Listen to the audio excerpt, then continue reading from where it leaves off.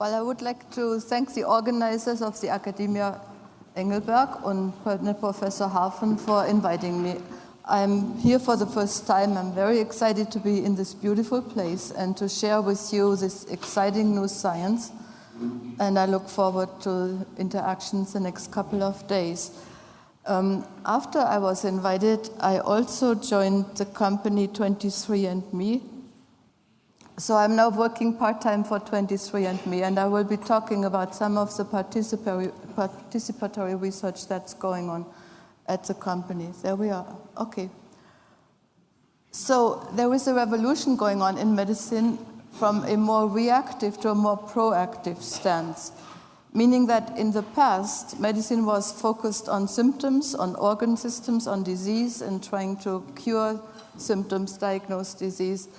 And now we have a shift to a more proactive stance, and this is reflected in the P4-Medicin, as Lee Hood first defined it, to make medicine more predictive rather than waiting for disease to develop. Maybe we can predict who is at risk to be more susceptible to diseases, and then have a personalized approach both to monitoring as well as treatment once a diagnosis is made, and have a more preventive stance, knowing that somebody is at risk for certain problems. One can take measures to prevent manifestation of the disease.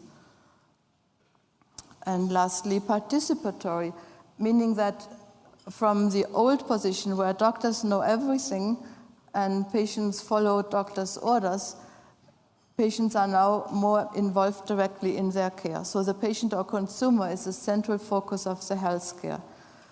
And this is we already see this in Silicon Valley, where many people download everything they can on the internet and they walk in the doctor's office with a stack of printouts. That means they are engaged healthcare consumers. And this is not something to be afraid of, but it's something to be welcomed, because these consumers are more likely to cooperate with the providers in implementation of care. I sit down with my doctor and we discuss jointly what we think should be done.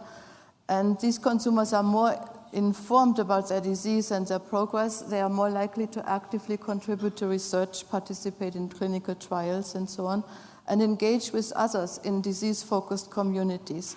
So all of these processes would lead to better health outcomes. This is what is being expected and what is being measured currently in multiple studies. Now, all of this came about because of the genome and the genome as it was sequenced. As you know, you can consider the genome as a physical entity, a strand of DNA that is wound around nucleosomes and compacted at many different levels and packaged into chromosomes. And these chromosomes are identified by their binding patterns. And one molecule of DNA runs from one end of the chromosome all the way to the next. And when we used to name them by the numbers of bands, we now name them by the number of nucleotides. But there is a correlation between where in the chromosome a certain nucleotide is located. On the other hand, the genome is also an informational entity, a string of 4 letters, as you've seen in Ernst Haven's book of the X chromosome. So that is the informational entity that needs to be functionally interpreted. So as you already heard, the first draft of the human sequence was announced in 2000, and it was a competitive effort between a company headed by Greg Venter, and they published their results in Science, and in the same week, the issue of Nature had the human genome draft sequence that was put together by an international genome sequencing consortium. 20 genome centers in 6 countries contributed. And this was then published in 2001. But this first draft was really a draft, and it was kind of premature. It still had many holes and many mistakes in it. So it took the international community another, we're stuck. Oh, here we are. Okay, another 3 years to finish it. So the finished sequence then was published in 2003, and this is now the reference sequence that we are using to compare new sequences against. It was obviously derived from many different individuals. And at the time, we expected that this Human Genome Project would have an impact on medicine in many different areas, as listed here, in the identification of genes for monogenic disorders, modifying factors, predisposing factors to common diseases, changes in the genome that change normal cells to cancer cells, and also changes in the genome that causes variation to drug response in different people. And that, together with the identification of new drug targets, would lead to progress in pharmacogenomics and to streamline drug discovery. So 8 years later, one can say that progress has been made in all these areas, and most of it in the monogenic disorder discovery, because I have problems with this thing. Doesn't seem to move my slides. Okay. So monogenic disorders refers to disorders that are inherited using Mendelian laws, where a single mutation in a single location is the major responsible factor for the disease. And there could be other modifying factors encoded elsewhere and environmental factors that play a role. But overall, this is what we call single gene disorders or Mendelian disorders. In contrast, common diseases, such as hypertension or diabetes, are likely determined by a multitude of changes that are each one of very small consequence, but in many different genes. So for diabetes, we now know about 50 such locations in the genome that contribute in some way to diabetes. Not all 50 in every person, but if you look at a large population, these are the associations found. So this is much more complicated to unravel, and we are not finished. And also environment plays a much larger role in the common diseases. So this shows you the progress in the monogenic diseases, and you've seen that slide earlier. And it basically indicates that there was a tremendous increase in the number of diseases for which there is genetic testing available. So these are tests that are offered in clinical laboratories that doctors can order, and they are ordered in response to a clinical diagnosis that you want to confirm by a molecular test. And we are now over 2,000 diseases for which we have a very clear understanding about a single gene with a major effect. These can be dominant disorders or recessives. Many of them are people who are identified as carriers by these tests. And because there are more than one gene involved in individual diseases, the total number of tests is higher, in the order of 6,000 or more. This tremendous progress started really around this time of this human genome sequence, where it became much easier to find changes. Once you had located a disease gene to a chromosome band, you could now go to the reference sequence and see what genes are there, and you were much more likely to find the causing disease gene. So that's for Mendelian disorders. Can I have another one of those things? Okay, here we go. As you already heard, 1 in 1,000 nucleotides differs between people, and these are called single nucleotide polymorphisms, or SNPs, and there are about 20 million known in the human genome. They are not necessarily equally spaced, but what is interesting, what has been found, that they are not individually, independently inherited. For example, in this case, person 1 has a G at this location and a C here, and also a G here and a C there. And in everybody who has a G here, you will find that there is a C here. So these two are inherited together as what we call a haplotype block. While this one is independent, it's either T or A, and you can have the T going with GC, or you can have the A going with GC.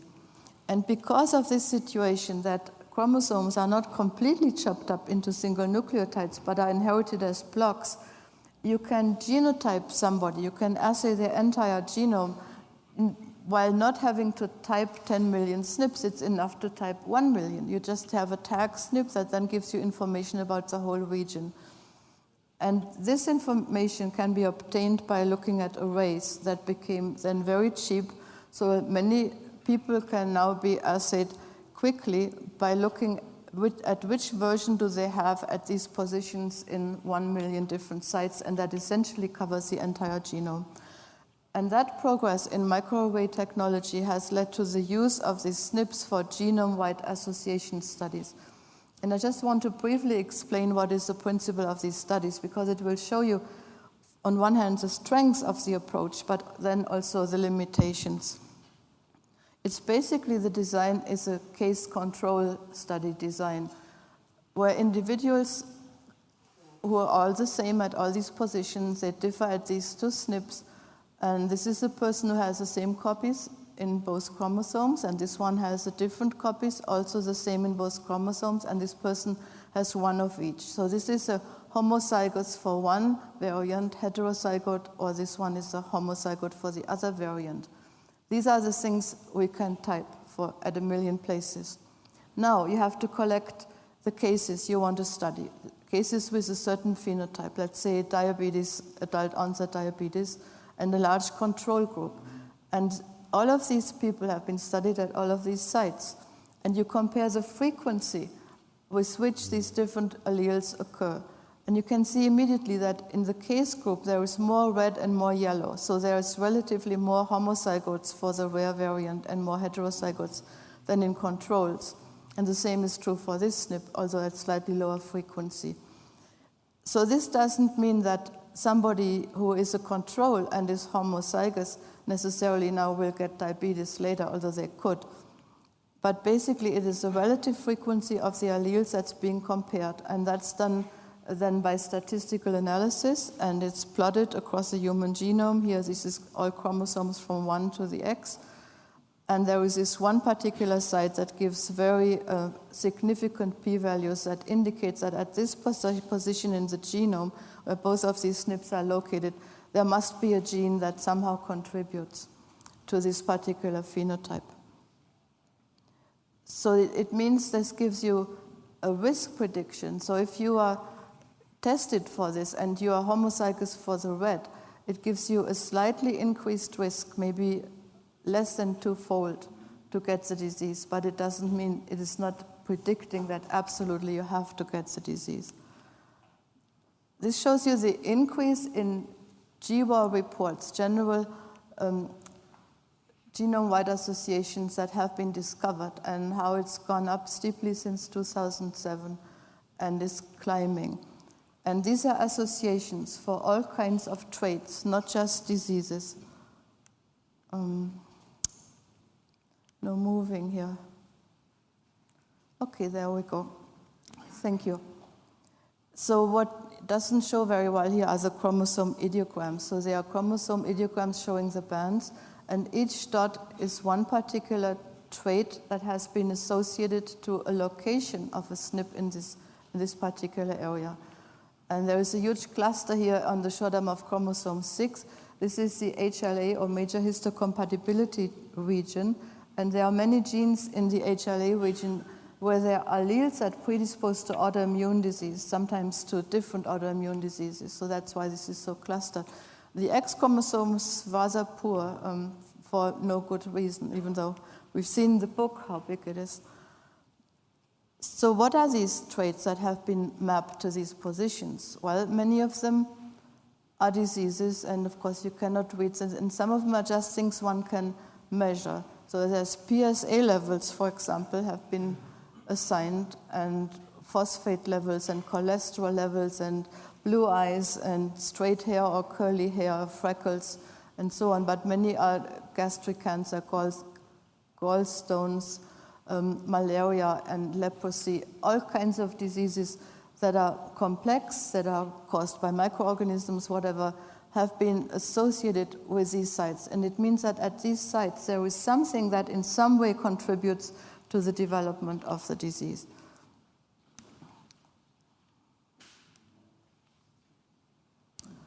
Okay, to summarize then, what are GWAS? We are testing for variants that are common in the population, that are present in 5% or higher at about 1 million SNP sites across the genome. And we're looking for variants that are present significantly more or less in cases than controls. So if they are present less often in cases than controls, they are considered protective variants. And the SNPs that are being discovered are located close to or traveling with a true pathogenic variant. So the SNPs themselves are not disease-causing in most cases. What's really important to realize is that population stratification is important because it can lead to false positive associations. If all your cases are from one population, let's say from Spain and Portugal, and all your controls are from Finland, there is enough differences normally in the population, in the frequency of these variants, that you would get false positive associations. Therefore, it's really important that controls need to be matched in all cases. And the clinical utility of this information right now is really limited because the SNPs are common and the increased or decreased risk that's associated is of a very small effect. Therefore, the primary benefit of discovering these SNPs lies in the identification of a region of the genome where there are genes that could be involved and molecular pathways that could be identified and to be involved in disease pathology. Doesn't move. Can I just say next slide, please? Because okay. So now I want to talk a little bit about pharmacogenomics. This is really a field that's been in existence for a while, but the availability of the genome and the SNP associations also have provided new insights. You've already heard that many patients do not respond to treatment. On average, about 30% who get a certain drug do not respond, and a smaller portion of them have a toxic effect, a bad side effect. And therefore, many drugs get stuck in the drug development pipeline because of this variation in response. And the idea is if one could identify these people, then they could be treated with an alternative drug or a different dosage, and the rest of them could be treated with a conventional drug. So what is the clinical promise here? The idea is that if one could focus treatment by pre-identifying people with genetic backgrounds that are likely to respond, and then also reduce the adverse effects by predicting who is at risk to have a toxic side effect, one could save drugs in the pipeline that are effective only in a subpopulation, and this would lead to better understanding of drug-drug and drug-environmental interactions. Whoops, now we jumped. Okay, so where is the genetic variation that causes the difference in drug response? There are basically 3 different levels where this can happen. We know quite a bit about drug metabolizing enzymes, and these are enzymes that are necessary to activate a drug. What you are prescribed and what you put in your mouth may be not an active drug. Your body has to activate it first. And if you have a problem with that step, then you would not be responding. It's also necessary for these enzymes to excrete drugs. And then once the drug is in the stomach, it needs to be transported, it needs to be absorbed through the gut and into the bloodstream. It needs to be distributed through the body and ultimately excreted. And all of these things are done by specific molecules in cell membranes that are called transporters, and there is genetic variation in these transporters in their genes. And lastly, there are drug targets. These are the targets to which the drug binds directly that can also be modified. So just to give you one example, codeine is a common pain relief drug, but it's not effective by itself. It has to be converted to morphine, and morphine is the effective drug. The enzyme that's converting it is called CYP2D6, and 6 to 10% of Caucasians have a variant in this gene with no activity, which means they are poor metabolizers. And if you give them codeine, it's not effective. And there are a few people who have a duplication of the gene, and the enzyme is more active, and they metabolize this too efficiently, and that can lead to morphine intoxication. This enzyme is responsible for many other drugs as well. For example, it's responsible for activating tamoxifen to a metabolite that is 100 times more potent than as an anti-estrogen. So tamoxifen is used in the treatment of breast cancer, but these people who do not have this enzyme, they can take tamoxifen and it doesn't help them, and they are at higher risk for breast cancer recurrence. So many people now get tested for this before they are being put on the drug. There are many other classes of drugs for which this is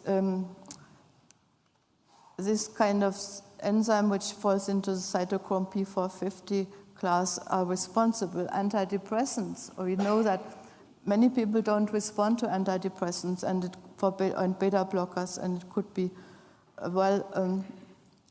it would be useful to know what you have in terms of genotypes at these loci. One other example is warfarin, or also called Coumadin. It's a vitamin K antagonist and is widely used as a blood thinner. And it's very difficult to dose because if you give too much, then patients are at risk of bleeding. And if you don't give enough, they may have more blood clots.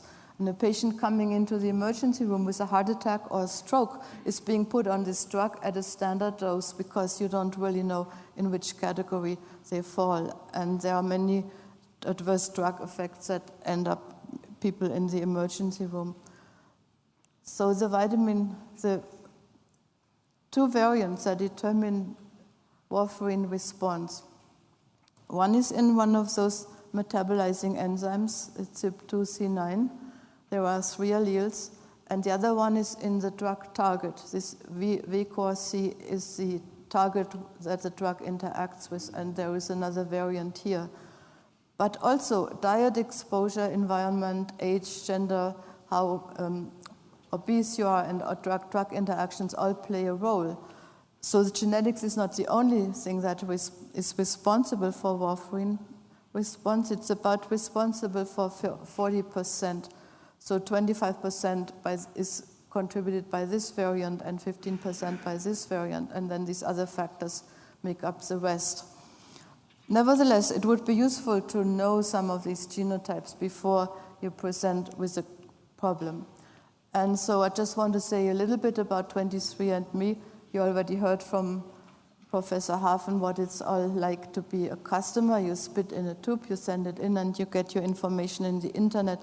And at this moment, there are predictions for disease risk of 411 different disease phenotypes. Carrier status for autosomal recessive disorders, there are 24, and drug response reports 19, and the others are traits of non-clinical significance. But once you have gotten your genotype done and it's in the database, you are also asked to contribute phenotype data, and that's done in an effort called 23andWe, where people log on and they see there is a survey they could take, and many people take the survey and the results go back to the company, and there are studies done exactly like the GWAS that I described to you. Doesn't move. Okay. So the idea is that the person would take surveys, and then research will lead to new understanding, and they can learn about genetics, about themselves. And these are studies that are formally approved by independent ethical review services.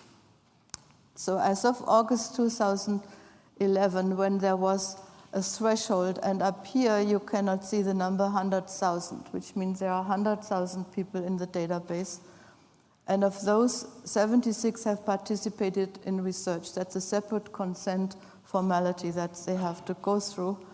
About 59% have taken surveys, and the average age is 45 in this population. Several have multiple ancestry. There's also a community forum, like a Facebook thing, where people talk to each other about their results, and there is a possibility to share data with others. But what I want to talk about you is the research that is being done in this 23andWe effort. So the surveys that have been sent out are about many different traits, so about physical activity, precisely how much you exercise, how often, and clinical questions. Do we have a history of asthma? Skin aging, compare your face to a picture. Do you look like this or that picture, so we can see how fast the wrinkles are developing? Sports injuries, physical features, headaches, health habits, commonly used medications, and then the medical history. So you can ask people, how reliable is it when you ask people to give them the medical history as compared to getting into electronic medical records directly? So the way this has been done, the questions are phrased in a way, has a doctor ever diagnosed you with this or that disease? And that usually gives you a pretty good indication. So the first study that was published out of this looked at just some common traits, not diseases at all, and this is the way the enrollment worked. Some people were consented before they got the results and some after they got the results. And some discoveries were made about traits, a gene responsible for curly hair, strichohyalin, that wasn't known before. And asparagus anosmia means some people cannot smell the substance that is made in the urine after you eat asparagus. And this was mapped in very significant single location here into a gene responsible for odorant receptor. So there are many odorant receptors, they are expressed in the brain, and there is a change in one of these odorant receptor genes that's responsible. This photic sneeze reflex. Some people, when they go out in the sun, they have to sneeze. And this is a dominant trait, so if you have it, one of your parents may have had it. And that was localized to a site on chromosome 2 between genes. So this means we have no idea about the mechanism. We just know that this SNP is associated, but we don't know how it works. And freckling was associated with multiple genes already known to be involved in pigmentation, and a new one was discovered. And then more recently, studies focused on some of these medical phenotypes that have been reported in this graph I showed you earlier. So we were just trying to see whether that they could be reproduced in a cohort of 20,000 genotyped individuals who also answered questions. And so we were able to reproduce 180 previously reported associations, and some did not reproduce, but then some of those were not reproduced by other people either. So what's in that original collection is not necessarily all true. It needs to be replicated independently.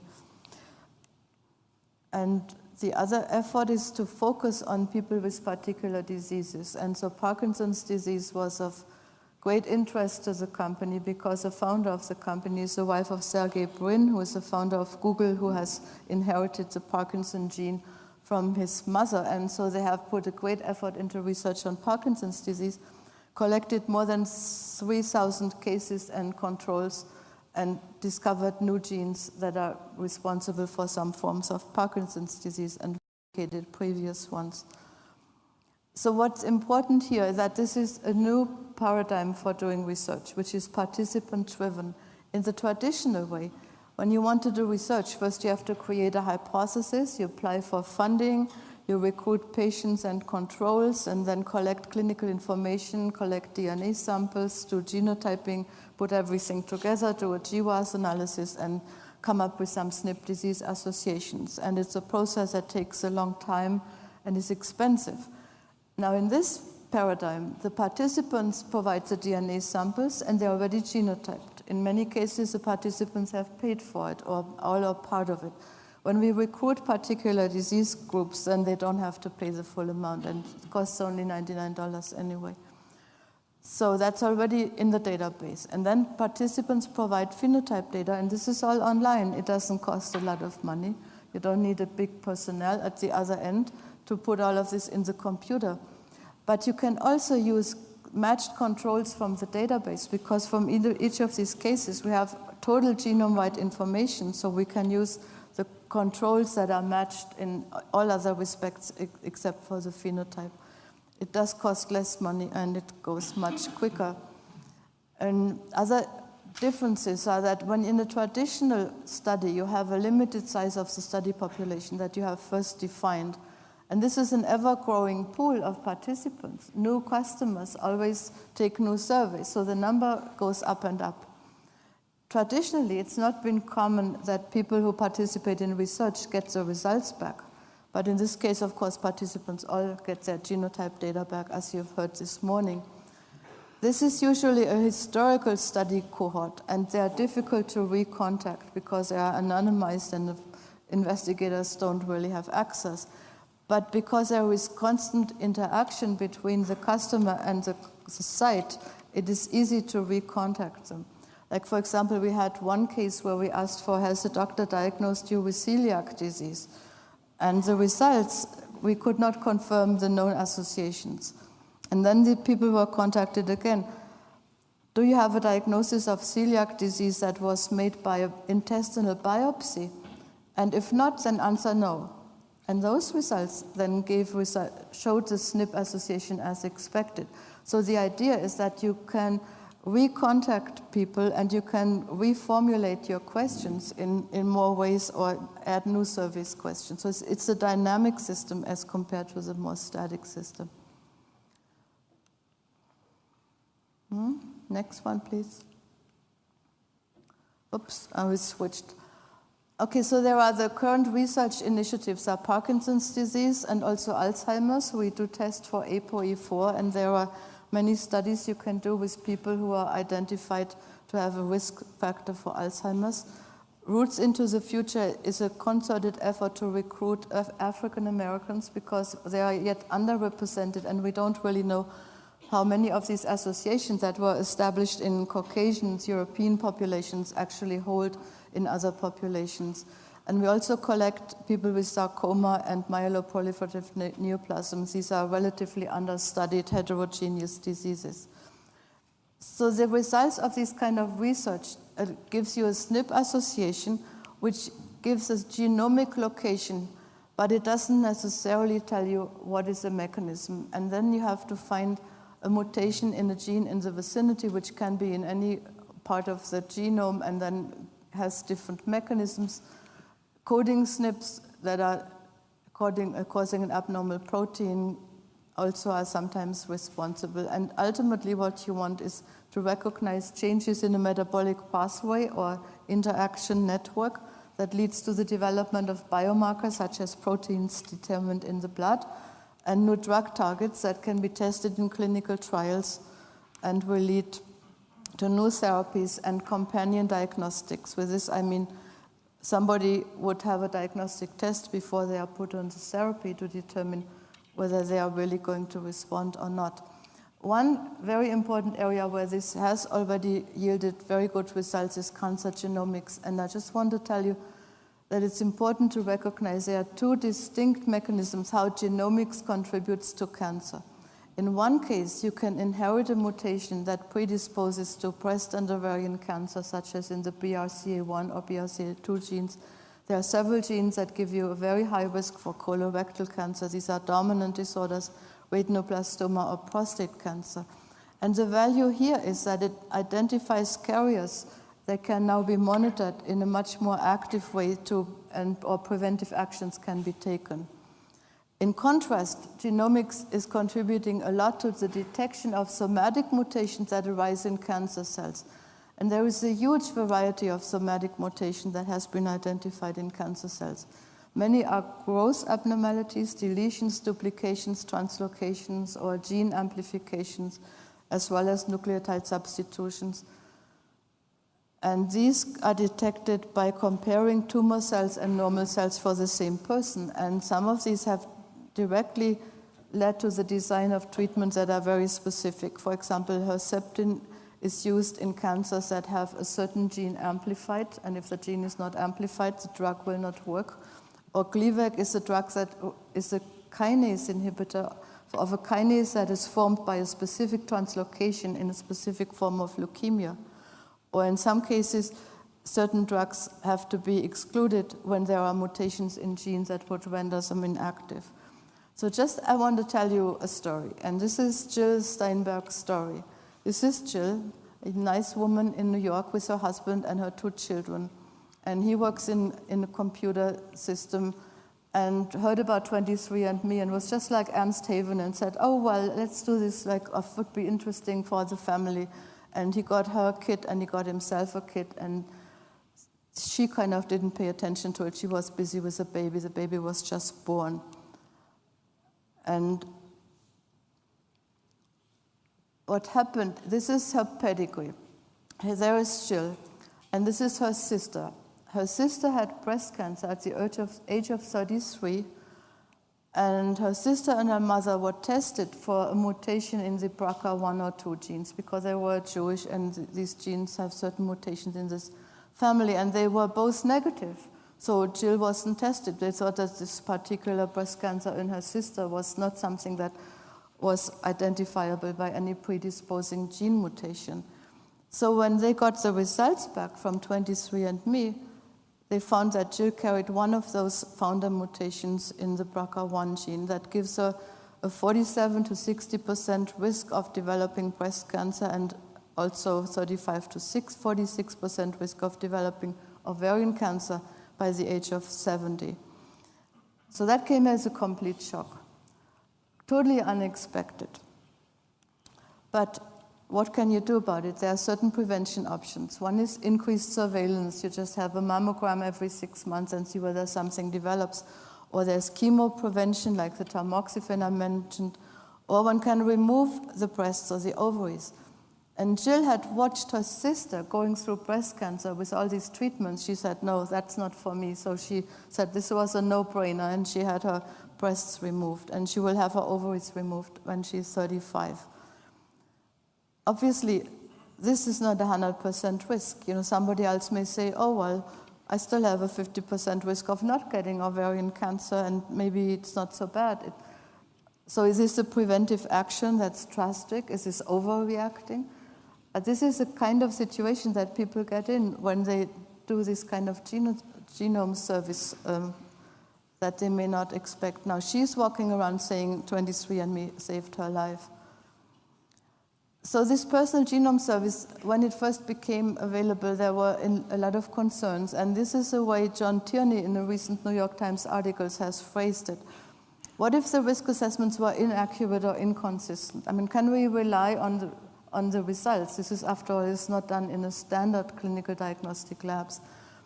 Well, for that, I can say that the methodology itself is very reliable, and it's been, for 23andMe at least, it's done in a CLIA certified lab, which means there is some supervision involved. What if people misinterpret the results and did something foolish? Well, so far, studies that have been done have not shown that people have overreacted or freaked out when they got the results. And what Jill did, most people would think wasn't foolish. It was a rational decision. Now, what if they were traumatized by learning that they had a high risk?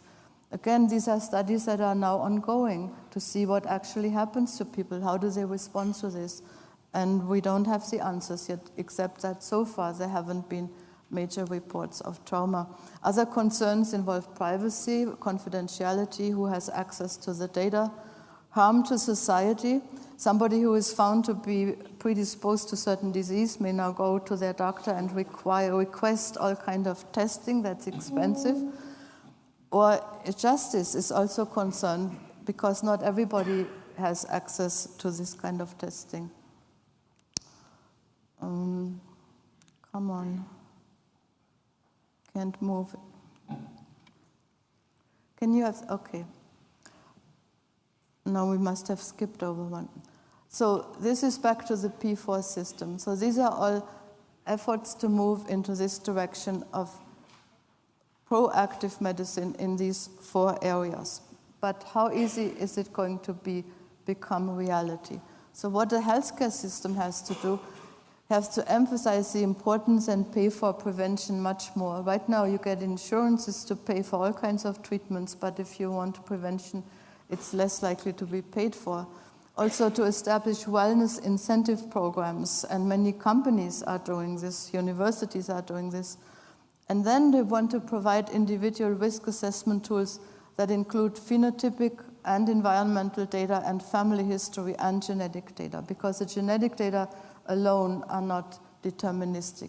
You have to include exposures, family history, and these things into some kind of risk assessment tool that people can accurately determine what her risk is and then decide with their doctor what they want to do about it.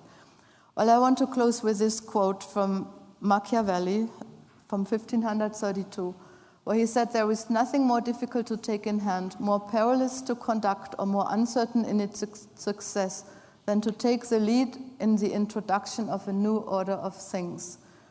Because the innovator has for enemies all those who have done well under the old conditions, and lukewarm defenders in those who may do well under the new." Thank you for listening.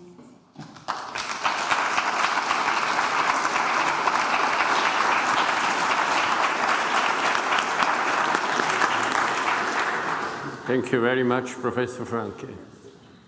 Questions, comments?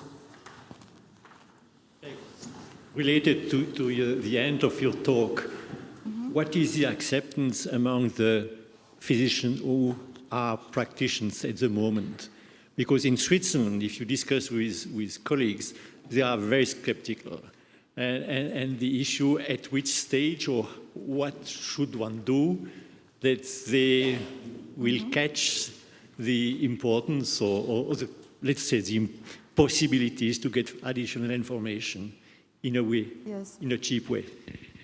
See, the skepticism is mostly against the risk prediction for common disease because there the effect size is so low. So if somebody comes into the doctor and says, well, I mean, the average risk for diabetes may be 25%, now they have instead 35%. Is there anything that should be done differently? That's more difficult to introduce. In the area of carrier detection, that is widely accepted. We have already a lot of carrier detection tests that people who are pregnant in early stages right now are doing, but it also should be applied more to people who are just contemplating a pregnancy. And as for the drug responses, I mean, the warfarin, you think this is a no-brainer, but still, it's very difficult to get this accepted because doctors say, we know how to assay this. We have INRs and we can measure the blood clotting and all these other non-genetic factors play a role, and why do we need to know the genotypes? But it just takes some studies that show distinctly that there is a beneficial outcome of the population that was genotyped versus that one than what was not. So we are practicing evidence-based medicine, and this evidence somehow has to be produced by studies, and then eventually there will be professional organizations making treatment guidelines, and once the professional organizations say this is the way this should be done, then doctors will eventually follow it. It's a long process. In terms of direct-to-consumer, there is a very strong pushback by the AMA, the medical associations, because obviously if people can get this information without going to their physician and then without their physician interpreting it for them, they feel like they're out of the loop. So they are very much against it. And for the cancer diagnosis, it is very clear that in some cases, it's already a requirement before you put a patient on a drug. You have to do a genetic test first. So that's also an area where penetration into medical practice is already progressing well. Okay. You first and then Bernard. So I just want your comment on something that I'm getting a little bit more sort of worried about. I think we're just overblowing, and I think you kind of put it in the right way. We're overblowing the aspect of how people could be traumatized by what they know about their genetics. And I just want to bring one simple example, and I think it's exactly what we see all the time in standard medicine as is practiced now. Somebody goes into the doctor, does any kind of exam to see for something for pneumonia, for example. I'm describing a real case, and they see that they have aneurysm an aortic aneurysm somewhere, and that comes with a probability that this there'll be a rupture of that, and the patient will likely die. The decision to go into surgery is based on a probability, not on a certainty. So I would like your comment. Why is this different from any of the genetic information that we have, and why do we need to come up with a whole other system and a whole other funded research and all kinds of worries, and actually make other people that are not experts worry about it, instead of just simply integrating in the current practice as is currently done? I completely agree with you. It should be integrated into the current practice, and this thinking that genetic information is somehow different, that it's deterministic, that it's toxic, I think this is the wrong way of looking at it. One has to recognize that it's not the only determinant and that all the other factors are important, and some of them are more important than genetics in certain diseases. I completely agree with you, yeah. Bernard? So I really think it's fascinating, this 23andMe, and so I did it with some of my family. And obviously we also give relationship data, not only phenotypic data.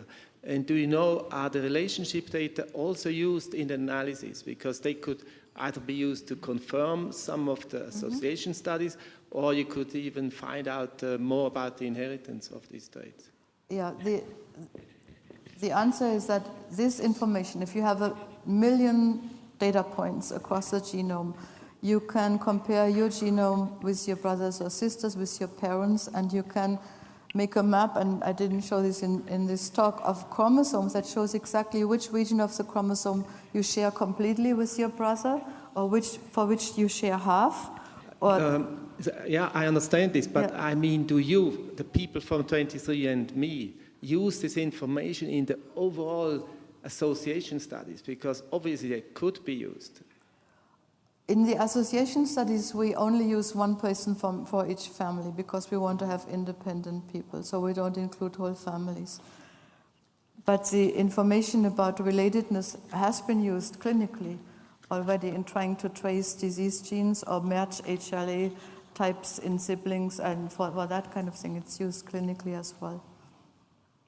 We have time for one more question. Okay. I just want to go back to the, to me? Okay. To the point you made about participatory research.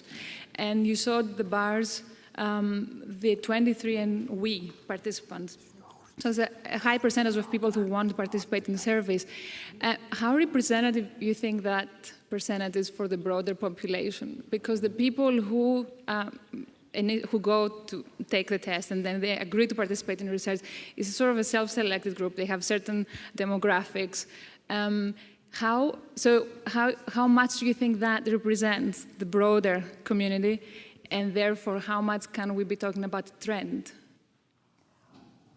Well, the population that is participating in the 23andMe service in the first place already was initially more a selected population of people who could afford it, but now that the price has come down so much, it is more spread out. So more different people of different socioeconomic incomes or different racial groups are participating. And of those, the people who decide to participate in surveys, we don't really know how they are selected. People are just excited that they get information and they can give something back. And whenever you answer a question, you immediately get a response comparing your answer to everybody else in the database. So you know how your answer matches with all the other people who answered the same question. So it's like an ongoing dialogue, and it stimulates and initiates people to be willing to participate. The fact that we were able to reproduce so many of the published associations suggests that this population must be pretty much presenting those that were used for the original studies. Okay, one very final, very brief. Very brief, it will be, yes. Yes, my question is, to what degree is the 23andMe data set available for third parties, researchers? And if it is, at what cost, under which conditions? Because all the results you've shown here were, I believe, papers written by people working for 23andMe. Sure, we have a research team in-house that does a study, and the data are not available for sale. In collaborative arrangements, the data would only be made available in aggregate, but not individualized, because we protect the privacy of our customers. But we collaborate, obviously, and also in a big study with Parkinson in a meta-analysis, and we collaborate with other people. Okay, thank you very much, Dr. Francke.